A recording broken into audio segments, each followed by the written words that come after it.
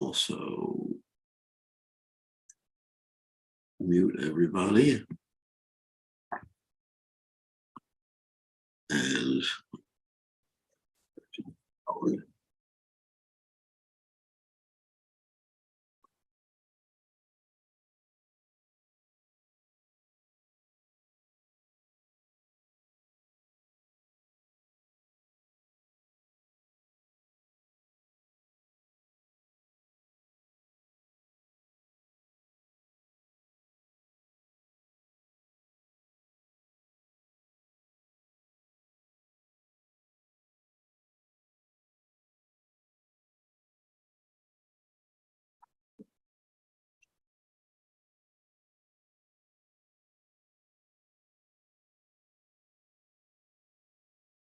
all right. And we will pick a song to sing. Just make sure that we are streaming. Yeah. All right. Oh, okay. Alasamai Goranga Balite Happy. Ulaka Sarir, Hari Hari Balite Nayani Babe near. Oops. That's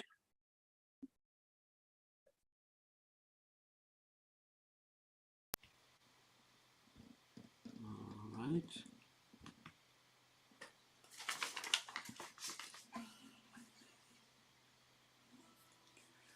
Alrighty, here we go.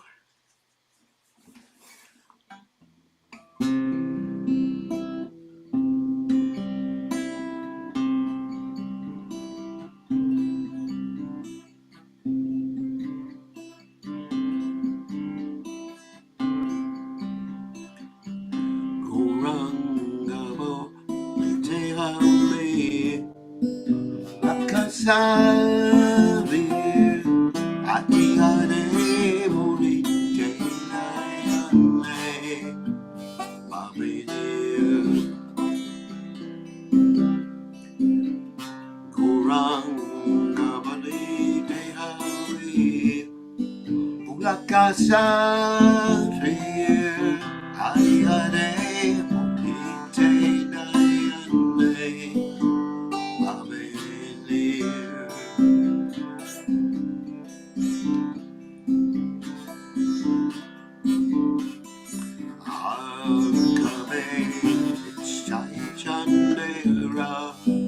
Corona, ibe, Sadavasana, Kabe to Jahoibe, Harukabe, Itachandera, Corona, Oibe, some Sadavasana, Kabe to Jahoibe.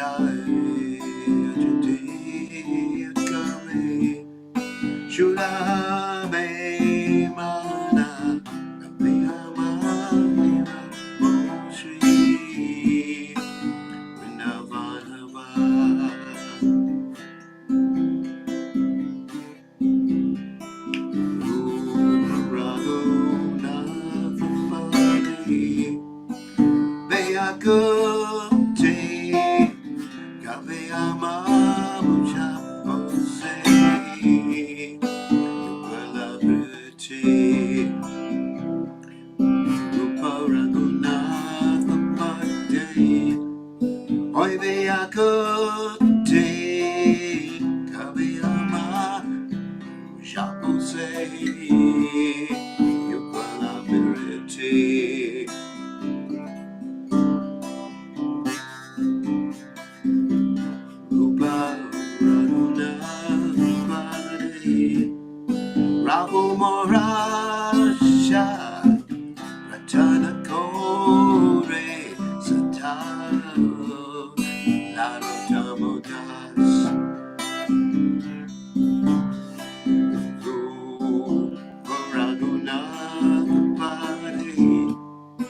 Nagomaracha Ratana Kore Sata Narutambudas Ngoranga Ite Happy Ulakasarigir Ati Hate Ite Nayane Abenir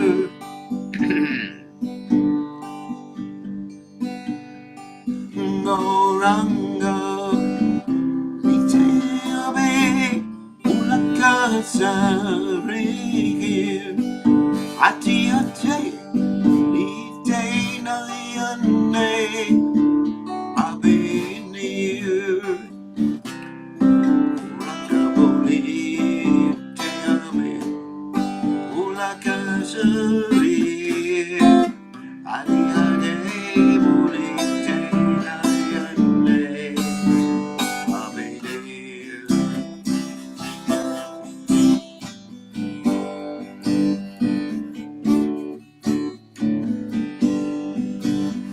Jaya Prabhupada Prabhupada Jaya Prabhupada Prabhupada Prabhupada Prabhupada Jaya Prabhupada Jaya Prabhupada Jai Om Vishnupad Paramahansa Paravidikacharya also Teda Satashi Shimad His Divine Grace Abhaya Chalanada Bhaktivedanta Goswami Srila Prabhupada Ki Jai ISKCON Founder Acharya Srila Prabhupada Ki Jai Anantakoti Vaishnav Vrinda Ki Jai Namacharya Srila Haridas Thakur Ki Jai Param Se Kaho Shri Krishna Chaitanya Prabhu Nityananda Shidwaita Gadadha Shivasati Gaur Bhakta Vrinda Ki Jai Shri Shri Radhakrishna Gopa Gopinath Sai Mukunda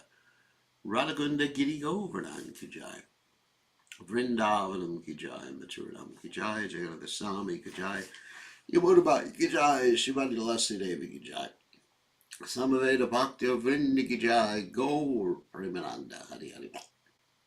All glories to the assembled devotees. All glories to the assembled devotees. All glories to the assembled devotees. All glories to Shri Guru and Gauranga Srila Prabhupada Ki Jai Namo Vishnu Padaya Krishna Vastaya Putale Srimati Bhaktivedanta Swami Namani Namaste Saraswati Devi Gauravani Pacharani Nivashesha Shunyavadi Paschatya Desatarani. So, let me read the translation to this prayer poem written by Narottam Das Thakur. When will that opportune moment come to me when I shiver upon chanting the name of Lord Gauranga? When will I cry while chanting Hare Krishna? When will I receive the causeless mercy of Lord Nityananda so that my desires for material enjoyment become insignificant? When will my mind be purified of material anxieties and desires so that I can understand Vrindavana? When shall I be very eager to study the books left by the 6 Goswamis so that I can understand the conjugal love of Radha and Krishna?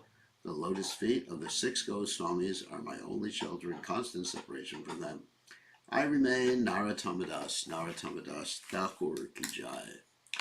So now we'll continue with our reading of Srila Prabhupada's Krishna book, the summary study of the 10th canto of the Srimad Bhagavatam. So Om Ganata Vidandasha Gananjana Shalakya Chakshurun Meditam Yena Tasmai Shri Gurave Namaha.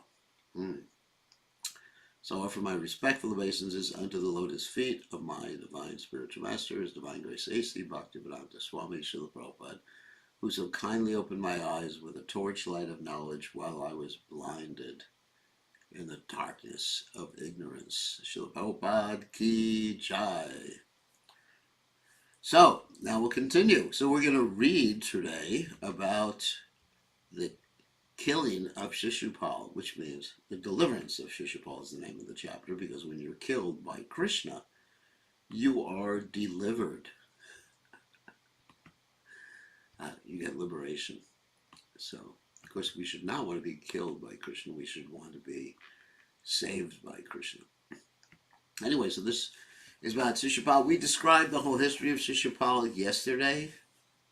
A very interesting history that he had the benediction of not being killed by Krishna until he committed 100 offenses against Krishna. And so today we're going to hear how he committed 100 offenses against Krishna and then lost his head, literally and figuratively.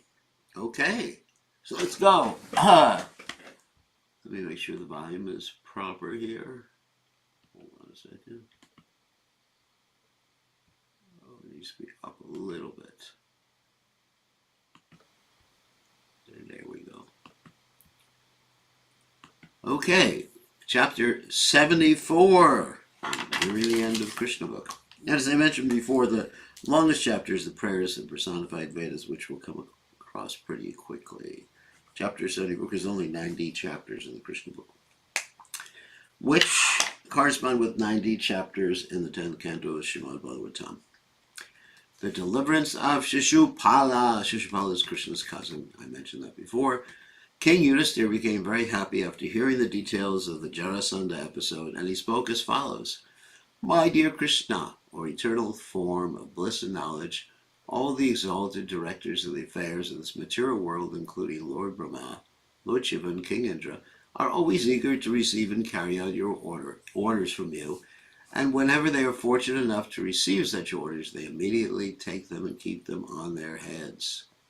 O Krishna, you are unlimited, and although we sometimes think of ourselves as royal kings and rulers of the world, and become puffed up over our paltry positions, we are very poor in heart.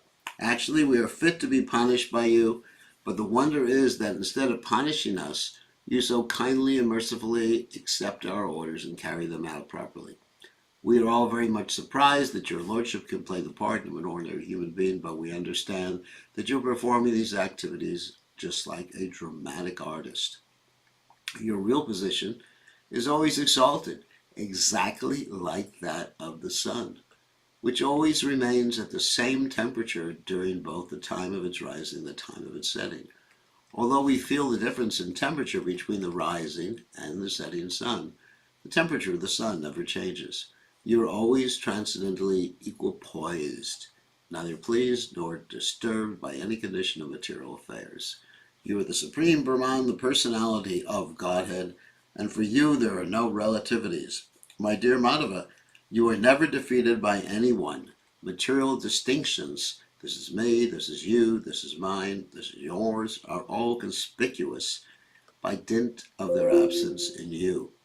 Such distinctions are visible in the lives of everyone, even the animals, but pure devotees are freed from these false distinctions. Since these distinctions are absent in your devotees, they cannot possibly be present in you. After satisfying Krishna in this way, King Yudhisthira arranged to perform the Rajasuya sacrifice. Incidentally, the Rajasuya sacrifice can only be performed by someone who is an emperor, not just by a king. And if one person or king performs it and becomes the emperor, no one else can perform that sacrifice as long as that emperor is still alive. That's why later on, the Kurus could not perform the Rajasuya sacrifice. They could do the Ashvamedha sacrifice and other sacrifices, but not the Rajasuya. It's a very specific sacrifice for emperor. That means, to use a Christian expression, the king of kings. In other words, someone who is actually the king over other kings. And that's why the Pandavas had to go out previously and go and exact some taxes from all the different kingdoms around and get pledges of loyalty to Yudhisthira Maharaj. She invited all the qualified Brahmins and sages to take part and appointed them to different positions as priests in charge of the sacrificial arena. He invited the most expert Brahmins and sages whose names are as follows. Krishna, Dvaipayana, Vyasadeva, wow. Bharadwaja, Samantu, Gautama, Sita, Vashishta, Chaivana, Kanva, Maitreya, Kavasa, Trita, Vishwamitra, Vamadeva, Sumati, Jaimani, Kratu, Paila, Parakshara, Garga, Vaishampayana, Atharva, Kashyapa, Domya, Parashama, Shukracharya, Suri, even Shukracharya, who is the main priest of the demons. Asuri, Vitihotra, Machu Konda, Machu Chanda, Virasena, and Akrita Vrana.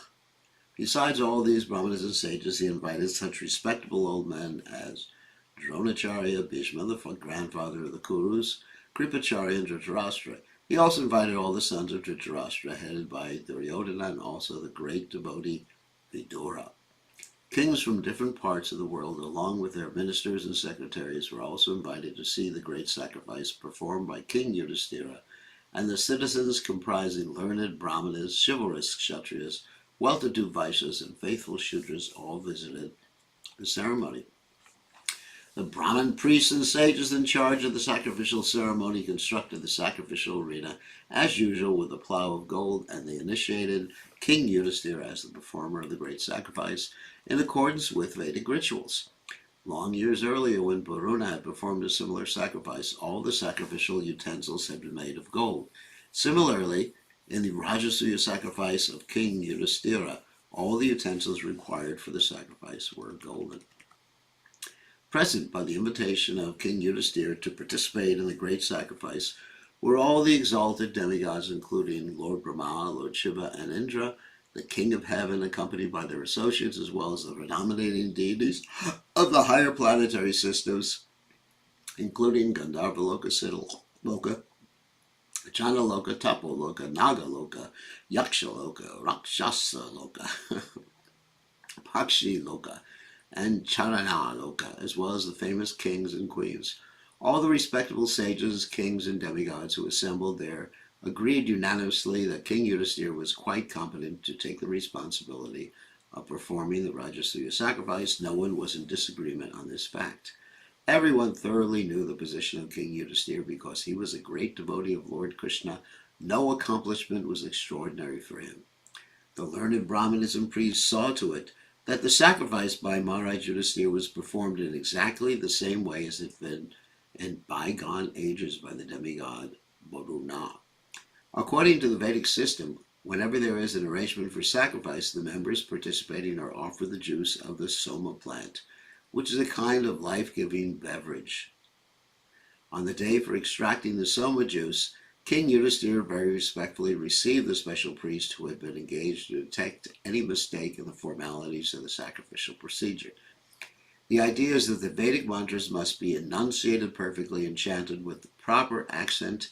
If the priests who are engaged in this business commit any mistake, the checker or referee priest immediately corrects the procedure, and thus the ritualistic performances are perfectly executed. Unless perfectly executed, a sacrifice cannot yield the desired result. In this age of Kali, there's no such learned Brahmana or priest available. Therefore, all such sacrifices are forbidden. The only sacrifice recommended in the Shastras is the chanting of what? The Hare Krishna Maha Mantra.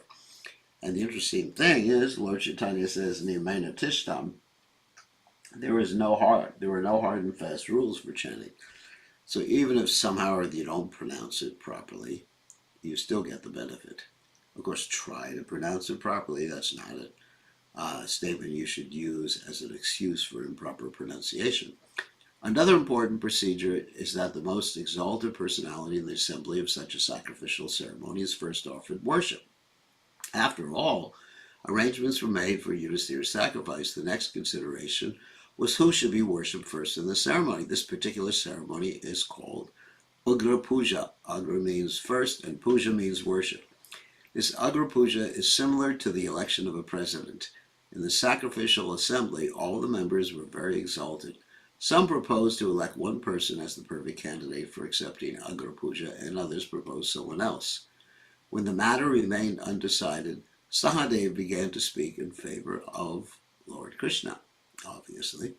He said, Lord Krishna, the best amongst the members of the Yadav dynasty and the protector of his devotees, is the most exalted personality in this assembly. Therefore, I think that he should, without any objection, be offered the honor of being worshipped first. Although demigods such as Lord Brahma, Lord Shiva, Indra, and many other exalted personalities are present in this assembly, No one can be equal to or greater than Krishna in terms of time, space, riches, strength, reputation, wisdom, renunciation, or any other consideration. Anything considered an opulence is fully present in Krishna.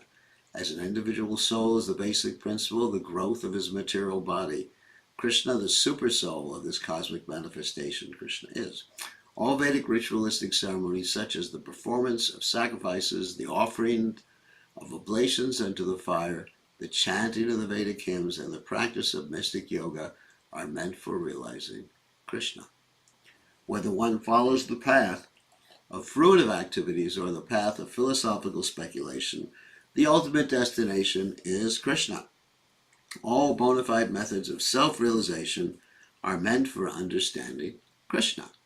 Ladies and gentlemen, it is superfluous to speak about Krishna because every one of you exalted personalities knows the Supreme Brahman, Lord Krishna, for whom there are no material differences between body and soul, between energy and the energetic, or between one part of the body and another, because Krishna's body is made of Satchidananda. Since everyone is part and parcel of Krishna, there is no qualitative difference between Krishna and all living entities. Qualitative difference. In other words, we all have the same qualities as Krishna. We're not Krishna. We all have the same qualities that Krishna has, but in minute quantity. That's why the word qualitative is used in this particular paragraph. Qualitative. Everything is an emanation of Krishna's energies, material and spiritual. Krishna's energies are like the heat and light of fire. There's no difference between the qualities of heat and light and the fire itself. Also, Krishna can do anything he likes with any part of his body. We can execute a particular action with the help of a particular part of our body, but he can do anything and everything with any part of his body. And because his transcendental body is full of knowledge and bliss, Satchidananda, in eternity, he does not undergo the 6 kinds of material changes: birth, existence, growth, production, dwindling, and vanishing. Although, for pastime's sake, sometimes it appears that Krishna is born, but he's actually unborn. Because even when Krishna is born, he's born with earrings, and I mean, what kind of baby would be born with earrings? It'd be kind of tough on the mother. And jewelry. So, he's born, or he appears, and he manifests himself as a little baby, but actually, he's not a little baby. Unforced by any external energy, he is the supreme cause of creation, maintenance, and dissolution of everything that be. By the grace of Krishna only, everyone is engaged in the practice of religion, the development of economic conditions, the satisfaction of the senses, and ultimately, the achievement of liberation from material bondage. These 4 principles of progressive life can be executed by the mercy of Krishna only.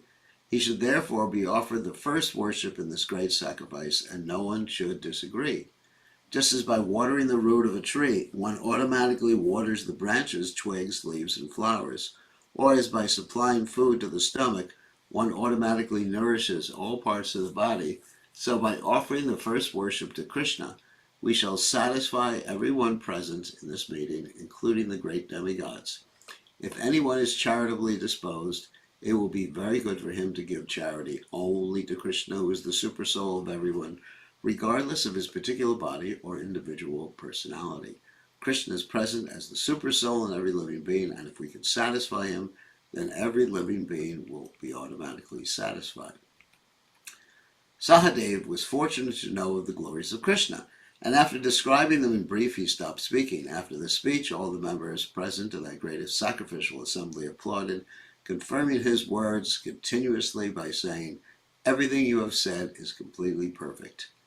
King Yudhisthira, after hearing the confirmation by all present, especially by the Brahmanas and learned sages, worshipped Lord Krishna according to the regulative principles of the Vedic injunctions. First of all, King Yudhisthira, along with his brothers, wives, children, and other relatives and ministers, washed the lotus feet of Krishna and sprinkled the water on their heads. After this, he offered Lord Krishna various kinds of yellow silken garments and presented heaps of jewelry and ornaments before him for his use. King Yudhisthira felt such ecstasy by honoring Krishna, his only lovable object, that tears glided down from his eyes, and although he wanted to see Lord Krishna, he could not see him very well. When Lord Krishna was thus worshipped by King Yudhisthira, all the members present in the assembly stood up with folded hands and began to chant, Jaya, Jaya, Namaha, Namaha. All joined together to offer their respectful obeisances to Krishna, and there were showers of flowers from the sky. And actually, there was one person who wasn't part of that all persons. And we're going to hear about him now. That's Sisupala, of course. In that meeting, King Sisupala was also present. He was an avowed enemy of Krishna for many reasons, especially because of Krishna's having stolen Rukmini from his intended marriage ceremony. We talked about that yesterday. Therefore, he could not tolerate such honoring of Krishna and glorification of his qualities. Instead of being happy to hear the glories of the Lord, he became very angry. When everyone offered respect to Krishna by standing up, Sisupala remained in his seat, but as he became angry at Krishna's being honored, he stood up suddenly, raised his hand, and spoke very strongly and fearlessly against Lord Krishna in such a way that Lord Krishna could hear him distinctly. Ladies and gentlemen, I can appreciate now the statement of the Vedas that after all, time is the predominating factor. In spite of all endeavors to the contrary, the time element executes. Oops. Skip that.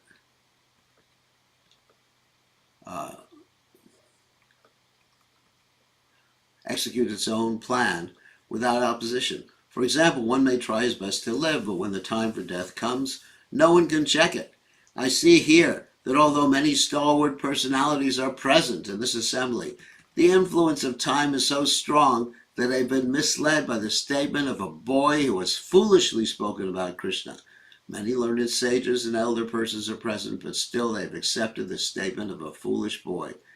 This means that by the influence of time, even the intelligence of such honored persons as those present in this meeting can be misdirected. In other words, he was not only offending Krishna, he was offending all the sages and their particular judgment, offending everybody. I fully agree with the respectable persons present here that they are competent to select the personality who can be worshipped first, but I cannot agree with the statement of a boy like Sahadeva, who has spoken so highly about Krishna and has recommended that Krishna is fit to accept the first worship in the sacrifice. I can see that in this meeting there are many personalities who have undergone great austerities, who are highly learned, and who have performed many penances. By their knowledge and direction, they can deliver many persons who are suffering from the pangs of material existence. There are great rishis here whose knowledge has no bounds, as well as many self-realized persons and brahmanas also. And therefore, I think that any one of them could have been selected for the first worship because they are worshipable even by the great demigods, kings, and emperors. I cannot understand how you have selected this coward boy, Krishna, and have left aside all these great personalities. I think Krishna to be no better than a crow. Ooh. How can he be fit to accept the first worship in this great sacrifice? We cannot even ascertain which caste this Krishna belongs to or what his actual occupational duty is. Actually, Krishna does not belong to any caste, nor does he have to perform any occupational duty. It is stated in the Vedas, this is actually Prabhupada speaking, it is stated in the Vedas that the Supreme Lord has nothing to do with his prescribed duty. Whatever has to be done on his behalf is executed by different energies. So in other words, when Sisupala is actually criticizing Krishna, the goddess of learning is turning that criticism around to actually be praising Krishna. Sisupala continued, Krishna does not belong to a high family. He is so independent that no one knows his principles of religious life. Indeed, it appears that he is outside the jurisdiction of all religious principles, which is true. He always acts independently, not caring for the Vedic injunctions and regulative principles. Therefore, he is devoid of all good qualities. So this is actually praising. Sisupala indirectly praised Krishna by saying that he is not within the jurisdiction of the Vedic injunctions. This is true because he is the Supreme Personality of Godhead. That he has no good qualities, gunai hinaha, means that Krishna has no material qualities. And because he is the Supreme Personality of Godhead, he acts independently, not caring for conventions and social or religious principles. Sisupala continued, under these circumstances, how can he be fit to accept the first worship and the sacrifice. Krishna is so foolish that he has left Mathura, which is inhabited by highly elevated persons following the Vedic culture, and has taken shelter in the ocean where there is not even talk of the Vedas. Instead of living openly, he has constructed a fort within the water and is living in a place where there's no discussion of Vedic knowledge. And whenever he comes out of the fort, he simply harasses the citizens like a dacoit, thief, or rogue. Sisupala went crazy because of Krishna's being elected the supreme first worship person in that meeting, and he spoke so irresponsibly that it appeared he had lost all his good fortune. Being overcast with misfortune, Sisupala continued to insult Krishna, and Lord Krishna patiently heard him without a protest. Just as a lion does not care when a flock of jackals howl, Lord Krishna remained silent and unprovoked. Krishna did not reply to even a single accusation made by Sisupala, but all the members present in the meeting, except for a few who agreed with Sisupala, were very much agitated because it is the duty of any respectable person not to tolerate blasphemy against God or his devotee. Some of them who thought that they could not properly take action against Sisupala left the assembly in protest, covering their ears with their hands in order not to hear further accusations. Thus they left the meeting condemning the action of Sisupala. It is the Vedic injunction that whenever there is blasphemy of the Supreme Personality of Godhead, one must immediately leave. If he does not do so, he becomes bereft of his pious activities and is degraded to a lower condition of life. All the kings present, belonging to the Kuru dynasty, Matsya dynasty, Kakya dynasty, and Srinjaya dynasty, were very angry and immediately took up their swords and shields to kill Sisupala, who was so foolish that he was not even slightly agitated, although all the kings present were ready to kill him. Sisupala did not care to think of the pros and cons of his foolish talking, and instead of stopping, when he saw that all the kings were ready to kill him, he stood to fight with them and took up his sword and shield. When Lord Krishna saw they were going to fight in the arena of the auspicious Rajasuya Yajna, he personally pacified them. Out of his causeless mercy, he himself decided to kill Sisupala. While Sisupala was abusing the kings who were about to attack him, Lord Krishna took up his disc, as sharp as the blade of a razor, and immediately separated Sisupala's head from his body. So the whole point is that Sisupala committed more than 100 offenses against Krishna, and Krishna just killed him at that point to avoid further problems, because had everyone risen up against Sisupala and massacred him, then it would have really hurt the sacrifice, the Rajasuya sacrifice, and Krishna didn't want to do that. When Sisupala was thus killed, a great roar and howl went up from the crowd. Taking advantage of that disturbance, a few kings who were supporters of Sisupala quickly left the assembly out of fear for their lives. That's intelligent. Then the fortunate Sisupala's spirit soul immediately merged into the body of Lord Krishna in the presence of all, exactly as a burning meteor falls to the surface of the globe. The merging of Sisupala's soul into the transcendental body of Krishna reminds us of the story of Jaya and Vijay, who fell to the material world from the Vaikuntha planets upon being cursed by the four Kumaras. For their return to the Vaikuntha world, it was arranged that both Jaya and Vijay, for 3 consecutive births, would act as deadly enemies of the Lord, and at the end of these lives, they would return to the Vaikuntha world and serve the Lord as his associates. Of course, that's story in brief is that once upon a time, the 4 Kumaras tried to go to the spiritual world. And they were stopped by these 2 personalities, Jaya and Vijay. And the 4 Kumaras got really angry that they were stopped in such a fashion, and they said, this particular behavior does not belong in the spiritual world. We curse you to go to the material world. And as soon as Krishna understood this, Krishna came out and he said, we got to figure out some way out of this material, out of this dilemma.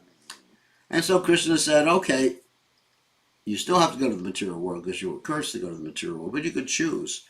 You could have like 7 births as devotees in the material world or 3 births as demons. And they thought, well, we just want 3 births as demons so that we can get back to the spiritual world as soon as possible.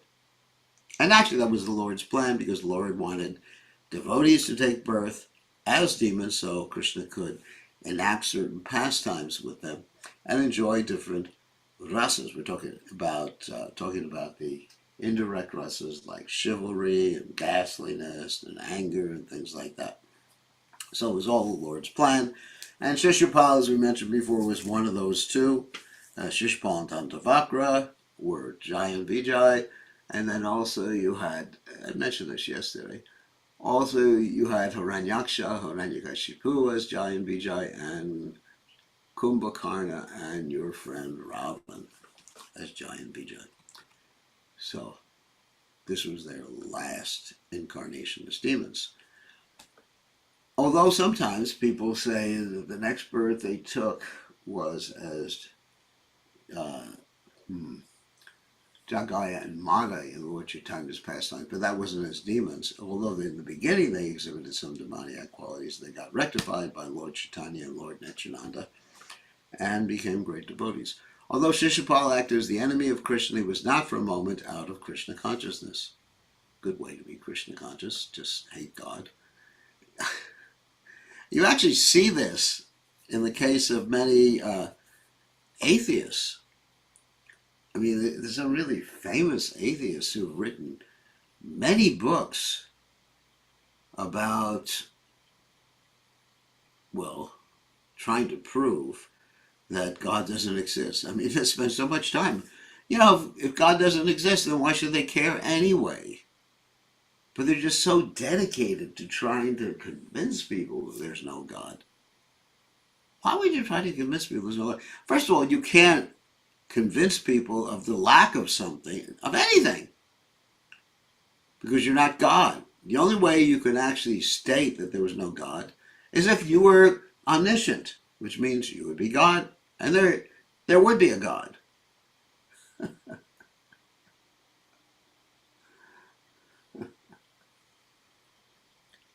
You know, it's like someone saying there's no perfect person. Well, you haven't experienced a perfect person. That you can say truthfully, I've not experienced meeting a perfect person. But you could never say, you know, truthfully, you could say it, but it really wouldn't have any value for you to say it.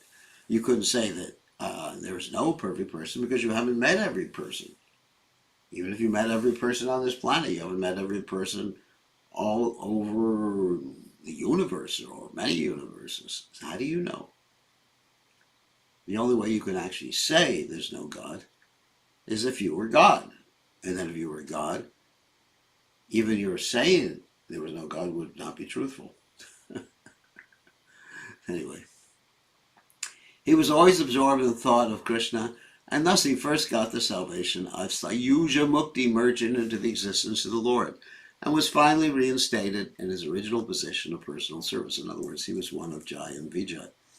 The Bhagavad Gita corroborates, that means verifies, this fact that one who is absorbed in the thought of the Supreme Lord at the time of death immediately enters the kingdom of God after quitting his material body. So normally the demons that are killed by Krishna get liberated, but liberated in the sense that they have this Sayuja Mukti. Sayuja Mukti means they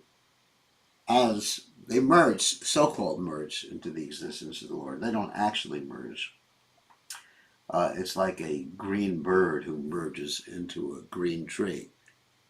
So, in other words, the spirit spark enters into the Brahmajyoti, the light of the Supreme Personality of Godhead, but it retains its individuality, but for all intents and purposes, it doesn't experience that individuality in the Brahmajyoti. It just doesn't experience anything. It experiences nothing. It's like suspended animation or coma, or coma, you can still hear things. It's like, anyway, complete unconsciousness. That's it.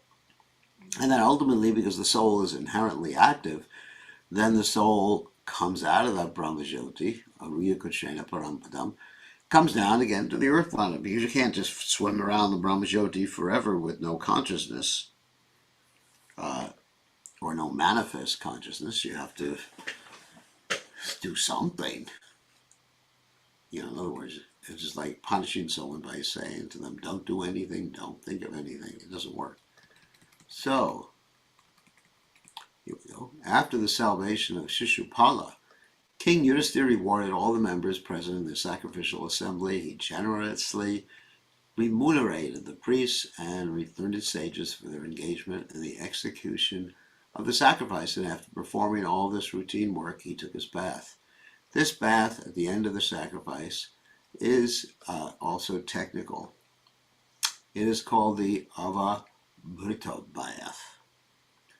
Thus Lord Krishna thus enabled the performance of the Rajasuya Yajna arranged by King Yudhisthira, space in there, to be successfully completed, and being requested by his cousins and relatives, he remained in Hastinapur for a few more months. Although King Yudhisthira and his brothers were unwilling to have Lord Krishna leave Hastinapur, Krishna arranged to take permission from the king to return to Dwarka, and thus he returned home along with his queens and ministers. The story of the fallen Jai and Vijay from the Vaikuntha planets to the material world is described in the 7th canto of the Srimad Bhagavatam. The killing of Sisupala has a direct link with that narration of Jai and Vijay, but the most important instruction we get from this incident is that the Supreme Personality of Godhead, being absolute, can give salvation to everyone, whether one acts as his enemy or as his friend. It is therefore a misconception that the Lord acts with someone in the relationship of friend and with someone else in the relationship of enemy. His being an enemy or friend is always on the absolute platform. There's no material distinction. In other words, Krishna blesses everybody, and people approach him according to their desire. And of course, Krishna states this in the Gita, Ye tamam prapachante tam sataiva bhajamyaham. As people approach me, I reciprocate accordingly. If you approach Krishna as your enemy, Krishna reciprocates in that particular way. If you approach Krishna as your friend, Krishna reciprocates in that way. If you approach Krishna as your son, Krishna reciprocates in that way. So it's a reciprocal relationship, Krishna says also in the Gita. Samoham sarvabhuteshu name dvesho stina priyam. Samoham, I am equal, sarvabhuteshu, to all living entities. Name dvesho stina priyam. I don't have any enemies. I don't have anybody who's especially dear, no favorites. Everyone can be Krishna's favorite if they take Krishna as their favorite. How about that? Sadhavovriyam mayam sadhanamriyam tvaham madanyat tena janati naham tebyo managapi. Krishna says, the sadhus have me in their hearts, and because of that, I have them in my heart. And they don't know anyone else other than me, that's Krishna, as theirs, and therefore I do not know anyone else other than them as mine. After King Yudhisthira took his bath at the conclusion of the sacrifice and stood in the midst of the learned brahmanas and sages, he seemed exactly like the king of heaven and thus looked very beautiful.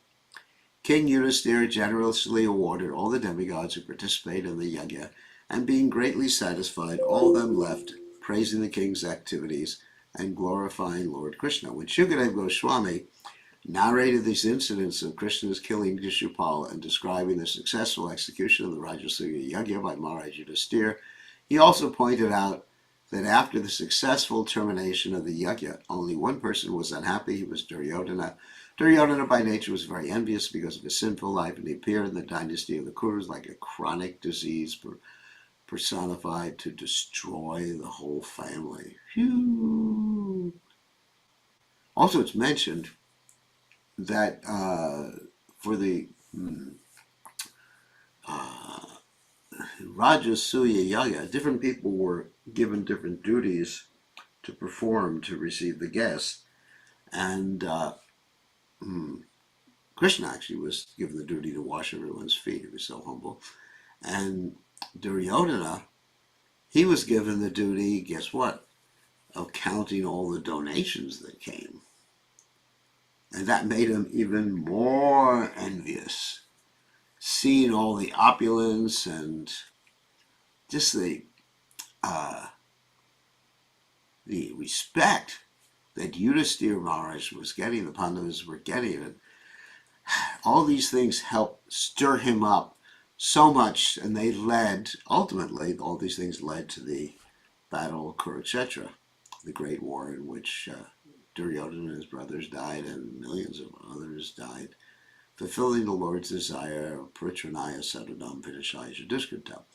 So Shukadeva Goswami assured Maharaj Parikshit that the pastimes of Lord Krishna, the killing of Sisupala and Jarasandha, and the releasing of the imprisoned kings are all transcendental vibrations, and that anyone who hears these narrations from authorized persons will immediately be freed from all the reactions of the sinful activities of his life.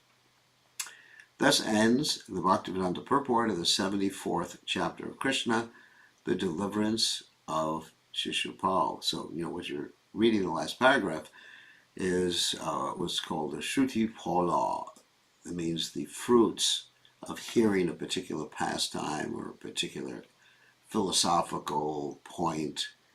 That means the benediction you get. And after many chapters, you have this particular benediction. Anyone who hears this will go back to Godhead. Anyone who hears of this will be free of sins. Anyone who hears this will develop a taste for hearing and chanting about Krishna. So, that's the end of the chapter. And tomorrow, we're going to hear another interesting chapter, chapter 75, why Duryodhana felt insulted at the end of the Rajasuya sacrifice. So tomorrow is chapter 75.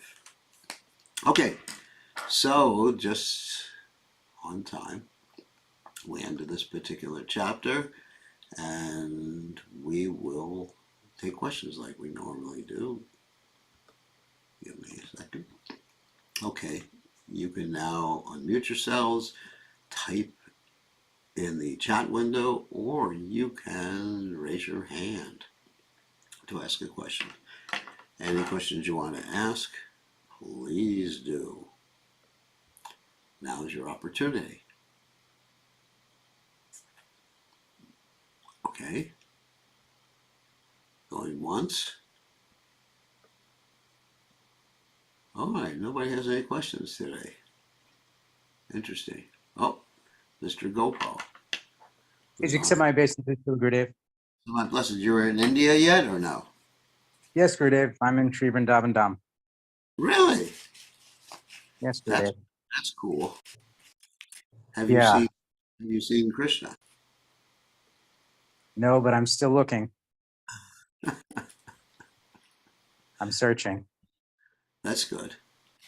Just continue taking care of your wife, and then Krishna will leave you. So.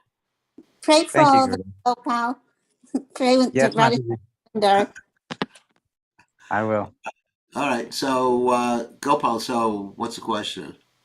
So regarding Jai and Vijay, they were given the opportunity to come as devotees, but they chose to come as demons because it would shorten their stay here. And then they came as Jagai and Madai as devotees. So is there any story anywhere in Chaitanya Bhagavat or anywhere else how they came to that decision that, okay, even though our 3 lives are over, we'll still come back for this particular devotional pastime? I don't know how they came to that decision. But of course, joining Lord Chaitanya Mahaprabhu's pastimes is worth another birth in the material world. So obviously, that's a carrot that would entice anyone to take another birth in the material world. To see Lord Chaitanya Mahaprabhu and serve Lord Chaitanya Mahaprabhu, that wouldn't be such a bad thing. I wouldn't mind if you're part of Lord Chaitanya's pastimes. Of course, I wouldn't want to be offending Lord Nityananda like they did. But still, somehow or other they chose to do it. Even though the original curse or mitigated curse was only 3 births in the material world. Thank you, Gurudev. Right? Any other? Oh, here's another question in the chat window. Dandavat Pranam. Whoops. Why Yudhisthira Maharaj is performing Rajasuya Yagya, although he is a pure devotee? For such devotees, they don't need to perform such yagyas. They are purely in Krishna consciousness. That's true. However, it was mentioned previously that he was doing that to glorify Krishna. In other words, it was a glorification of Krishna. Because when you, just like devotees sometimes accept glorification, the reason they accept glorification is because it glorifies their spiritual master and it glorifies the Supreme Personality of Godhead. So just like Srila Prabhupada, he accepted so many things. Like one time, Prabhupada in the UK was given a Rolls Royce, and people criticized, Swami comes rolling in. And Prabhupada said, when he was questioned about it, he says, even a gold car is not good enough for the spiritual master. It's not that Prabhupada was interested in profit, adoration, distinction like us. We want people to appreciate us and know us and remember us and everything like that. But the pure devotee is aloof from these things. But he becomes very pleased when Krishna is glorified. So, why did Prabhupada set himself up as the founder Acharya and insist upon that particular title for himself? Well, first of all, that would keep the movement together. But secondly, because that glorifies Krishna. By glorifying a pure devotee of the Lord, then Krishna is glorified. So that's what the Pandavas were thinking. This will actually, and that was mentioned previously in our readings, that they did this in order to glorify Krishna, and also Krishna asked them to do it. And Narada Muni told them to do it too. They were instructed by Narada Muni, they were instructed by Krishna, so they're simply following directions. Yudhisthira Maharaj is interesting. After the battle of Kurukshetra, he did not want to take over the kingdom. Even he didn't want to take over the kingdom of Hastinapur. I mean, what to speak of being an emperor? He kept refusing and refusing. If you read the Mahabharata, he kept refusing. And basically, Krishna had to take him to see grandfather Bhishma, who was lying on the bed of arrows, who Krishna blessed with clear consciousness in spite of being pierced with arrows all over his body. So grandfather Bhishma was able to convince, and also who else was there? Oh, Vyasadeva. I mean, there were a whole bunch of sages who were brought forth to try to convince Yudhisthira Maharaj to take up the mantle of kingship. And that's not even emperorship, of kingship. And Yudhisthira kept refusing. He felt guilty for the death of all these soldiers, and he just didn't want to do it. Didn't want to do it at all. So, but he did that on their instruction and to glorify Krishna. Because when we think of the Pandavas, we don't think of them as separate from Krishna. We think of them as devotees of Krishna. So when devotees of Krishna are glorified, it automatically glorifies Krishna. And when Krishna is glorified, it automatically glorifies his devotees. Thank you so much, Maharajji. Hare Ranjit Krishna. Ramji. All right, you have a question? No, oh, sorry. No, I'm good, Maharajji. Thank you so much for answering. All right, okay. So, who else has a question? Gora Hari, you have a question. Please accept my obeisances for glory to Srila Prabhupada. Haribol. I have a question, and this is more related to Srila Prabhupada. I know he's a great personality. I have no doubts about that. Yeah. But was there any previous? I know because there's also some prophecies or of things written in the scriptures about Srila Prabhupada and his coming to this world. Yes. Is there any other life or maybe in a different lifetime or a different incarnation of Srila Prabhupada that it's also mentioned in the scriptures? Not that I know of. Besides Besides the one that we have here with them. No, I mean, really, I don't know about any other appearance of Srila Prabhupada in this world or Srila Prabhupada's ontological position in the spiritual world. But Prabhupada was predicted by Srila Bhaktivinoda Thakur, who said, soon there will appear a great personality who will, I'm paraphrasing, who will arrange for people from all over the world, the Europeans, the Americans, the Russians, people from Nicaragua. I didn't mention Nicaragua. But anyway, Gauri is from Nicaragua, in case you didn't know. So he's one of my disciples in Nicaragua. So imagine the people will be chanting Jai Satchidananda and Jai Satchidananda in Mayapur. And Lord Nityananda said there will soon be a Senapati. Senapati means conquering general, who will spread Krishna's name and Krishna consciousness all over the world, even to people who Lord Nityananda was not able to reach. Not able, but decided not to reach. So Prabhupada was predicted as far as like previous life or previous incarnation of this world, or Prabhupada didn't mention anything like that.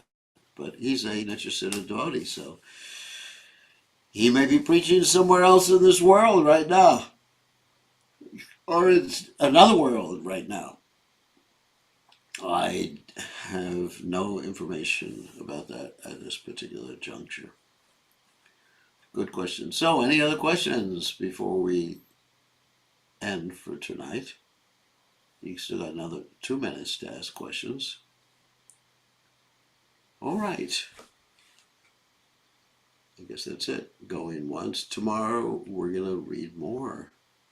I mean, all these different stories are very, very interesting for me. Even though I've heard them again and again and again, I learned so much hearing them for second, third, 10th, and maybe it's the 20th time I've heard these stories, because there's so much information packed into Srila Prabhupada's words. Okay, on that happy note, all glories to His Divine Grace A.C. Bhaktivedanta Swami, Srila Prabhupada.